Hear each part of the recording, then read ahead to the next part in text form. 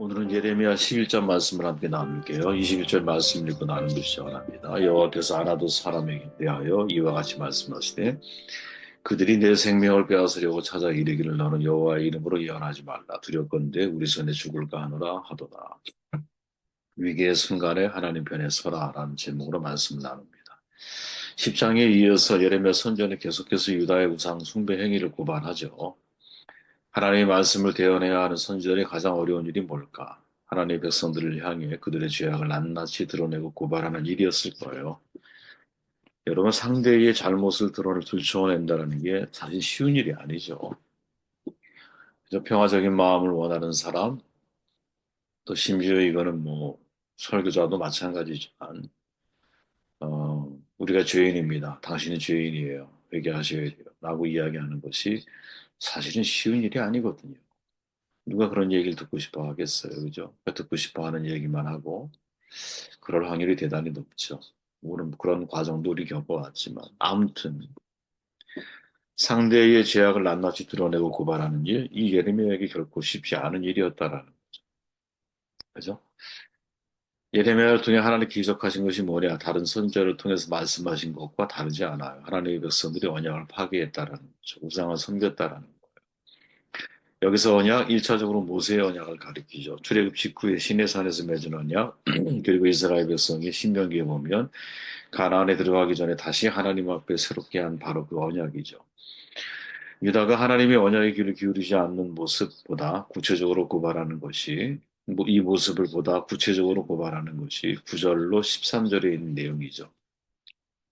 다 읽어보시면 여러분들이 이해하실 겁니다. 유다 백성들은 우상을 섬기되 그 숫자가 유다의 성읍들보다 많을 정도로 수많은 우상을 섬겼다고 전해지죠. 음?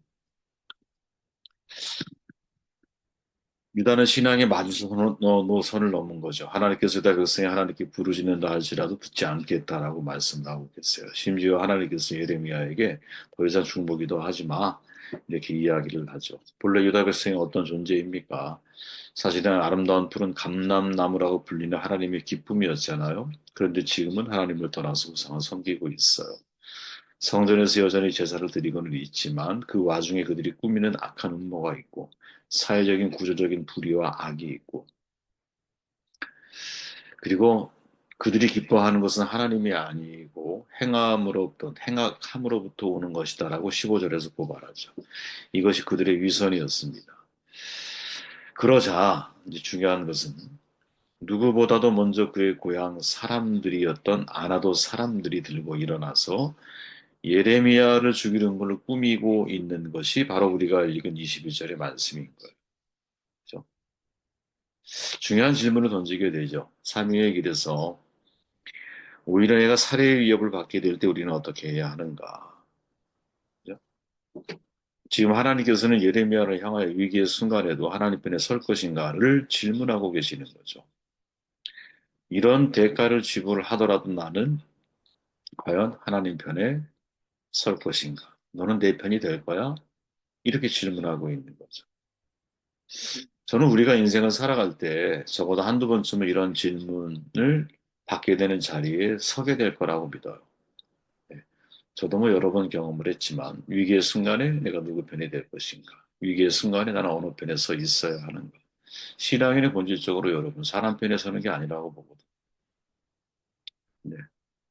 신앙에는 항상 좀 어려움이 있어도 하나님의 말씀, 옳다 아니면 옳은 것은 옳다, 아닌 것은 아니다라고 말하는 자리. 그 자리에 서서 우리를 심판하는 것이 세상이 아니라 하나님이라는 사실을 사람들에게 보여줘야 할 책임이 분명히 우리 가운데 있다라고 보고.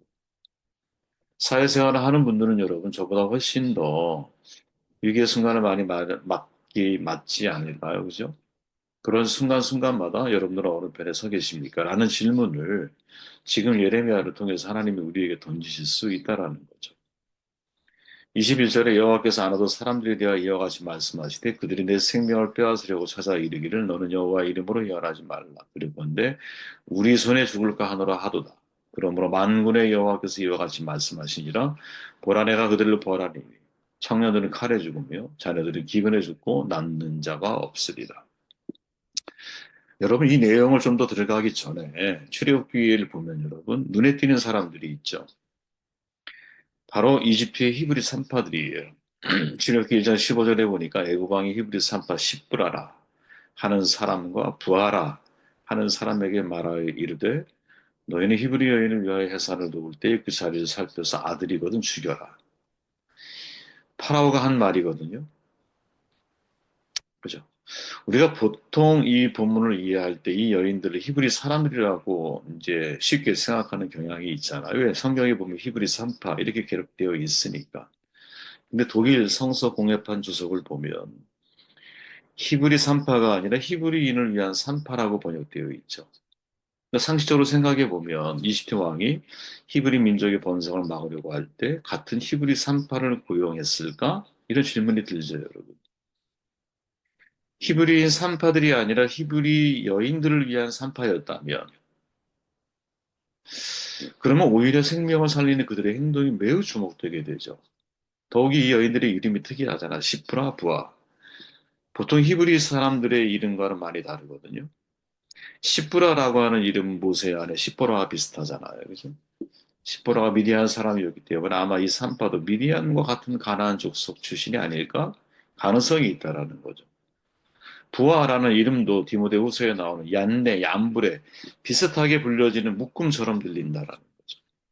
얀네와 얀불에가 모세를 대적했던 이집트의 주술사들이었다라는 걸 감안하면 아마도 이들도 이집트에 거주하는 다른 족속일 가능성이 대단히 높죠. 어떤 형태로 애굽에 유입됐는지는 모르지만 그렇게 들어온 사람들이 아닐까?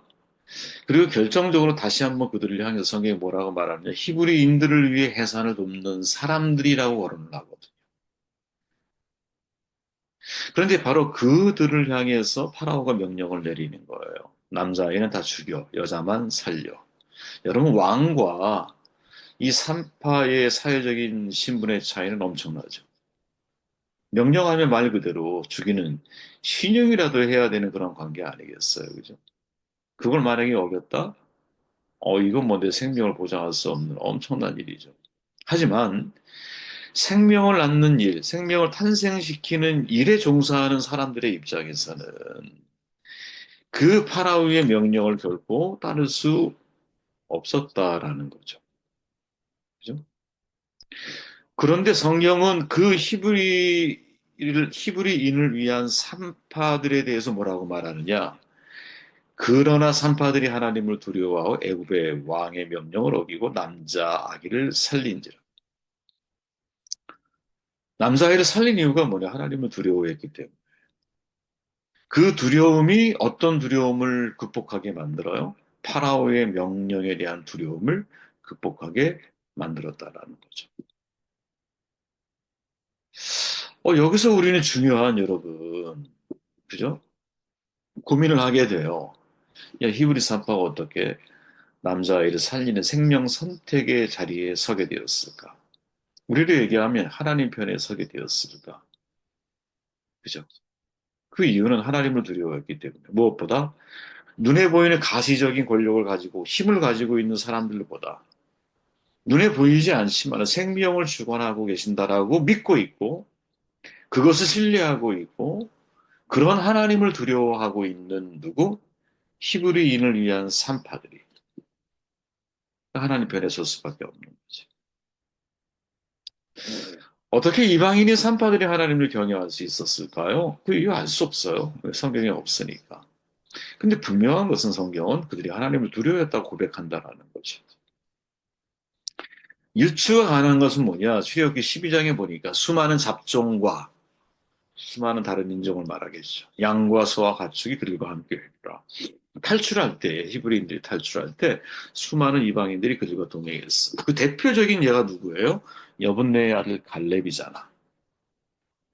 이방 족속인 그나스 사람이잖아요. 그럼에도 불구하고 유다 지파의 두령이 되죠.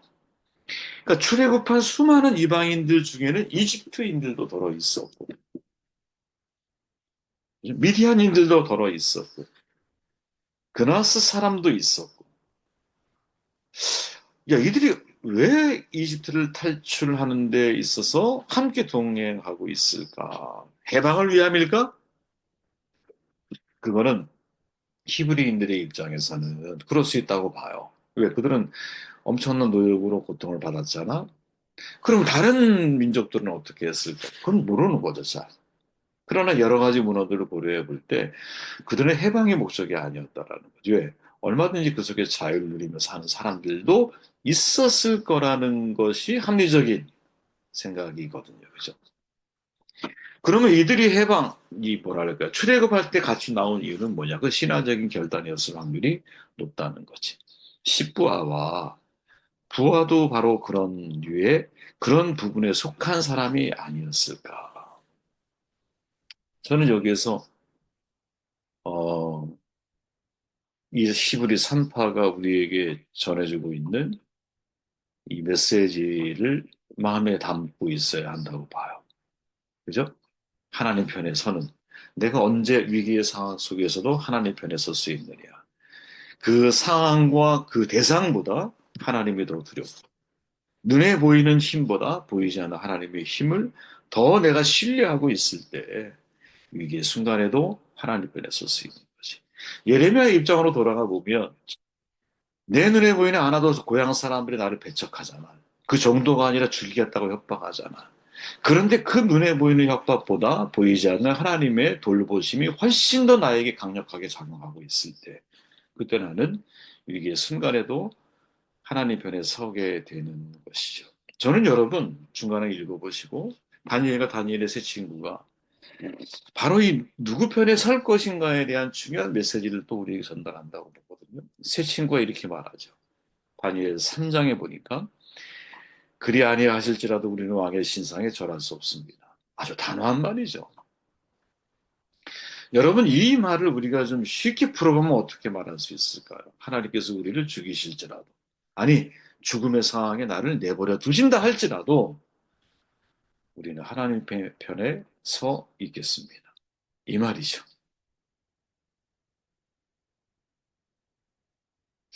어떻게 이런 고백을 할 수 있을까요? 그죠? 인생의 일곱 배나 더한 풀무불이 불타고 있는 상황에서 내가 그 안으로 던져질 상황 속에서 비록 하나님이 나에게 우리를 살리시지 않는다 하실지라도 우리는 왕의 신상에 절할 수 없습니다. 어떻게 이렇게 단호한 말을 할 수 있을까? 어떻게 이렇게 그 결정적인 위기의 순간에도 하나님 편에 설 수 있을까? 그건 하나님이 더 두려워야 되는 거지. 여러분, 되게 상징적인 형상으로지만 불법에 들어갔더니 새 친구만 있는 게 아니었잖아요. 그 속에 한 분의 존재가 더 있었어. 우린 그걸 하나님이라고 이제 받아들이죠. 그죠? 그것을 볼 수 있는 사람이 위기의 순간에도 풀불과 같은 과정을 내가 통과하고 있다 할지라도 지금 내 곁에 서서 나와 함께 하고 계시는 하나님에 대한 신뢰의 믿음과 마음이 있는 사람만이 그래서 그리 아니하실지라도 나는 하나님 편에 서 있겠습니다. 라고 말할 수 있는. 자, 여러분 처음으로 돌아가 볼까요? 아나도 예레미야의 고향이라고 말했어요. 그죠? 그들이 예레미야의 생명을 뺏으려고 할 때 하나님께서 예레미야에게 말씀하죠. 만군의 여호와께서 이와 같이 말씀하시니라 보라 내가 그들을 벌하리니 내가 아나도 사람에게 재앙을 내리리니 곧 그들을 벌할 해니라. 여러분 이 내용 속에서 중요하게 우리가 봐야 할 게 있어요. 그게 뭘까? 예레미야는 살해의 위협을 받고 있는 상황 속에서 예레미야를 옹호하고 계시는 하나님의 모습을 목격을 한다는 거지. 이게 진짜 우리의 힘인 거예요. 신앙인의 힘. 유라오라 강풍 속에서도 내 곁에서 말씀하신 하나님의 음성을 듣는 사람만이 눈에 보이는 광풍 속에서 보이지 않는 안전을 보고 보이지 않는 생명의 길을 보는 거예요. 그죠? 중요한 원리죠. 위기의 순간에 하나님의 편에 서기 위해서는 먼저 하나님이 내 편이 되고 계신다는 확신이 우리에게 있어야 한다. 짐 월리스가 하나님 편에 서라라는 책의 표지에서 아브라함 링컨 대통령의 말을 소개하거든요. 하나님이 우리 편인지 아니 나는 관심 없습니다. 나의 가장 큰 관심은 내가 하나님 편에 서는 것입니다. 자, 링컨의 관심이 하나님 편에 서는 거야. 예수님이 우리에게 약속했죠. 내가 세상 끝날까지 너희와 항상 함께 있으리라. 우리와 영원히 함께 하시겠다라는 약속을 붙들고 그리고 그 약속을 보고 믿고 신뢰할 수 있는 사람만이 위기의 순간에도 하나님 편에 서 있는 사람이 되지 않을까. 이 쌍방원리인 것 같아요. 그죠? 위기의 순간엔 여러분, 눈에 보이는 것을 보면 안 돼요.